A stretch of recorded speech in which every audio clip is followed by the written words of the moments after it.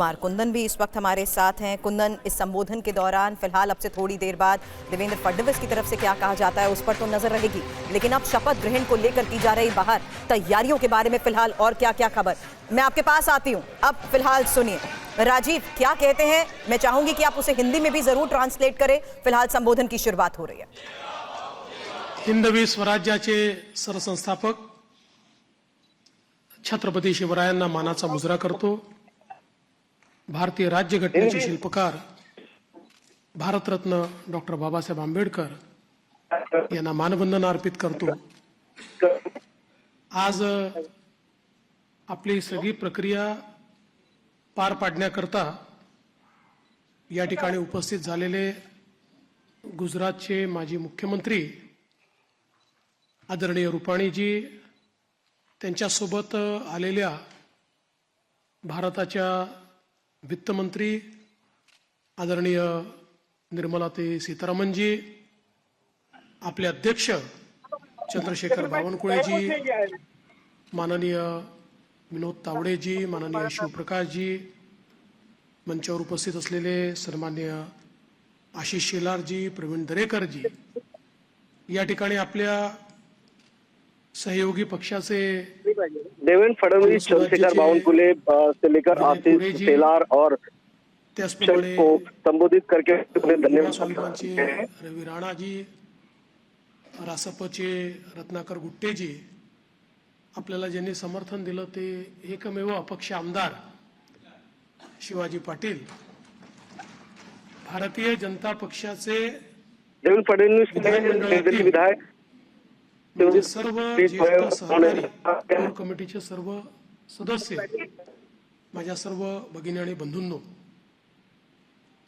सर्वप्रथम आपल्या सर्वांचे मी आभार मानतो की आपण एकमताने या ठिकाणी विधिमंडळ गटाचा नेता म्हणून माझी निवड केली आणि ही निवड प्रक्रिया करण्याकरता या ठिकाणी आलेले माननीय रुपाणीजी आणि माननीय निर्मला सीतारामनजी यांचे देखील अतिशय मनापासून मी आभार मानतो।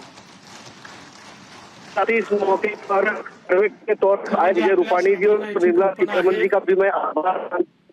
यावेळची निवडणूक एक अतिशय ऐतिहासिक अशा प्रकारची निवडणूक राहिली आहे आणि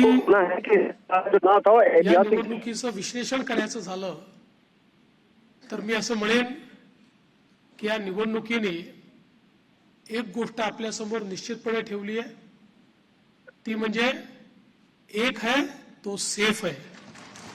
आणि इस चुनाव का अगर विश्लेषण करना होगा तो मैं आज सबको यही कहूंगा कि एक है तो सिर्फ है, जो कि एक लाइन में कहा जा सकता है। देशामध्ये विजयाची मालिका ही लोकसभेनंतर पुन्हा एकदा हरियाणापासून सुरू झाली आणि महाराष्ट्र मोदी जी के नेतृत्व में जो जीत की श्रृंखला है लोकसभा के बाद हरियाणा से लेकर महाराष्ट्राच्या जनतेला मी साष्टांग दंडवत घालतो।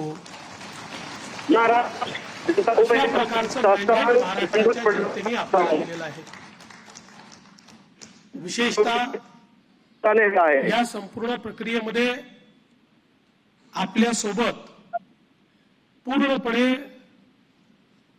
तर मनाने या ठिकाणी असलेले महाराष्ट्राचे मुख्यमंत्री माननीय एकनाथराव शिंदेजी आणि महाराष्ट्राचे उपमुख्यमंत्री सन्माननीय अजितदादा पवारजी यांचे देखील मी अतिशय मनापासून आभार मानतो आणि तद्वतच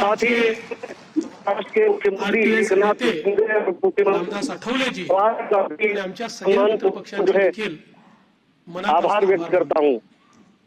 खरं म्हणजे अतिशय महत्वाचं अशा प्रकारचे वर्ष आहे।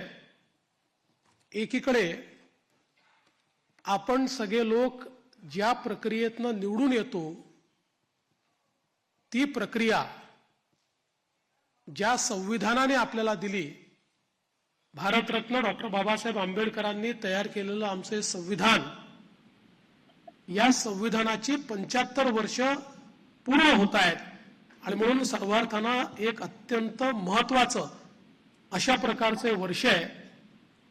कारण आपल्याला कल्पना आहे की देशाचे प्रधानमंत्री माननीय मोदीजी हे देखील नेहमी सांगतात की कुठल्याही ग्रंथापेक्षा धर्मग्रंथापेक्षा माझ्याकरता भारताचं संविधान सगळ्यात महत्वाचं आहे.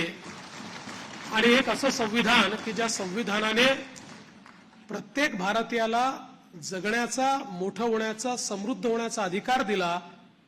आणि भारत के संविधान के 75 साल पूरे हो रहे हैं और हमेशा प्रधानमंत्री मोदी भी बार बार ये कहते रहते हैं कि किसी भी धर्म ग्रंथ की अपेक्षा जो है वो हमारा संविधान सबसे पवित्र है. ठिकाणी आपण सरकार स्थापन करतोय. दूसरं आपल्या सर्वांना और उसी संविधान के तहत हम यहाँ पर सरकार स्थापित करने जा रहे हैं. हिंदुस्थानामध्ये मोगली आक्रमणानंतर आमची श्रद्धास्थानं जी उद्ध्वस्त झाली होती त्या सर्व श्रद्धास्थानांचं पुनरुज्जीवन केलं. त्या राजमाता अहिल्यादेवी होळकर यांचंही 300व जयंती वर्ष हेच आहे. त्यामुळे मला असं वाटतं की ही देखील एक अत्यंत महत्वाची पूरे देश में मुगलों के आक्रमण के बाद जिस तरह से हिंदुस्तान उद्ध्वस्त हो गया था और उनके इस आक्रमण को खत्म करने वाले का भी 300 शताब्दी वर्ष यही साल है. करून सोडलं ते भगवान बिरसा मुंडा यांची ही 125वी जयंतीचं हे वर्ष या ठिकाणी आपण साजरं करतोय.